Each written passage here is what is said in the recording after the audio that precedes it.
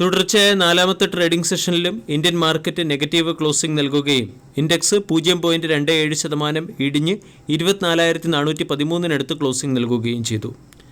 Mid cap small cap ഇൻഡെക്സിലെ സ്റ്റോക്കുകൾ decent performance കാഴ്ചവെച്ചിട്ടും ഇൻഡെക്സ് ഇന്ന് നെഗറ്റീവ് സൈഡിലാണ് ക്ലോസിംഗ് നൽകിയത്. ബഡ്ജറ്റ് സെഷൻ അവസാനിച്ചതോടുകൂടി മാർക്കറ്റിൻ്റെ ശ്രദ്ധ മാക്രോ എൻവയോൺമെൻറ്റ്, ഗ്ലോബൽ ക്യൂസ്, സ്റ്റോക്കുകളുടെ ഫണ്ടമെൻ്റൽസ് എന്നിവയിലേക്ക് മാറിയിട്ടുണ്ട്.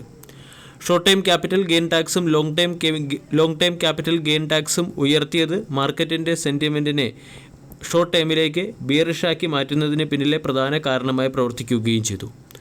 ഇന്ന് ബജാജ് ഫിൻസർവ് 2%, ടാറ്റ കൺസ്യൂമർ 1.90%, ബ്രിട്ടാനിയ 1.88% ഇടിഞ്ഞപ്പോൾ HDFC Life 4.36%, Tech Mahindra 3.12%, BPCL 2.19% ഉയർന്നു.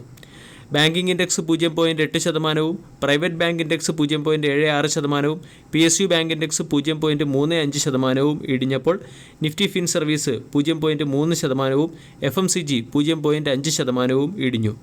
എന്നാൽ Nifty media 2.47%, oil and gas sector 1.69%, Nifty consumer durables 1.08%, realty 0.78%, pharma index 0.74% ഉയർന്നു. വരും ദിവസങ്ങളിൽ 24,200, 24,000 തുടങ്ങിയവയായിരിക്കും മാർക്കറ്റിൻ്റെ പ്രധാന സപ്പോർട്ടായി പ്രവർത്തിക്കുക. 24,500, 24,550, ഇവൻ 24,800 വരെയുള്ള സോൺ മാർക്കറ്റിൻ്റെ റെസിസ്റ്റൻസായി പ്രവർത്തിക്കുകയും ചെയ്യും. ഇന്ന് ക്വാർട്ടർലി റിസൾട്ട് പുറത്തുവിട്ട ഒരു പ്രധാന ബാങ്കിംഗ് സെക്ടറിലെ സ്റ്റോക്കാണ് ആക്സിസ് ബാങ്ക്. ആക്സിസ് ബാങ്കിൻ്റെ ക്വാർട്ടർലി റിസൾട്ടിനെ കുറിച്ചാണ് ഇനി നമ്മൾ ഡിസ്കസ് ചെയ്യുന്നത്. പ്രൊവിഷൻ എമൗണ്ട് ഉയർത്തിയതിനെ തുടർന്ന് ആക്സിസ് ബാങ്കിൻ്റെ പ്രോഫിറ്റ് സീക്വൻഷ്യലി 15% ഇടിഞ്ഞു.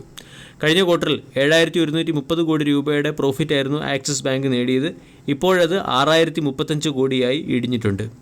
കഴിഞ്ഞ വർഷത്തെ ജൂൺ ക്വാർട്ടറുമായി താരതമ്യപ്പെടുത്തുമ്പോൾ പ്രോഫിറ്റ് 4% വർദ്ധിച്ച് 5,797 കോടിയിൽ നിന്നും 6,035 കോടിയിലേക്ക് ഉയർന്നു. എന്നാൽ അനലിസ്റ്റുകളുടെ എസ്റ്റിമേഷനേക്കാൾ താഴ്ന്ന രീതിയിലുള്ള ഒരു പ്രോഫിറ്റാണ് കമ്പനി റെക്കോർഡ് ചെയ്തിരിക്കുന്നത്. 6,510 കോടി രൂപയുടെ പ്രോഫിറ്റ് പ്രതീക്ഷിച്ചെടുത്ത് 6,035 കോടി രൂപയുടെ പ്രോഫിറ്റാണ് കമ്പനിക്ക് റെക്കോർഡ് ചെയ്യാൻ സാധിച്ചത്. Net interest income 12% year on ഇയറിലും 3% ക്വാർട്ടർ ടു ക്വാർട്ടറിലും വർദ്ധിച്ച് 13,448 കോടിയായി മാറി. നെറ്റ് ഇൻട്രസ്റ്റ് മാർജിൻ 4.05% രേഖപ്പെടുത്തിയിട്ടുണ്ട്. കഴിഞ്ഞ ക്വാർട്ടറുമായി താരതമ്യപ്പെടുത്തുമ്പോൾ net interest margin 1 basis point ഇടിയുകയും കഴിഞ്ഞ വർഷവുമായി താരതമ്യപ്പെടുത്തുമ്പോൾ net interest margin 5 basis point ഉയരുകയും ചെയ്തു. പ്രൊവിഷൻ ആൻഡ് കണ്ടിജൻസീസ് ഈ ക്വാർട്ടറിൽ ഉയർത്തിയിട്ടുണ്ട്. 1,185 കോടിയിൽ നിന്നും 2,039 കോടിയിലേക്കാണ് ഉയർത്തിയിരിക്കുന്നത്.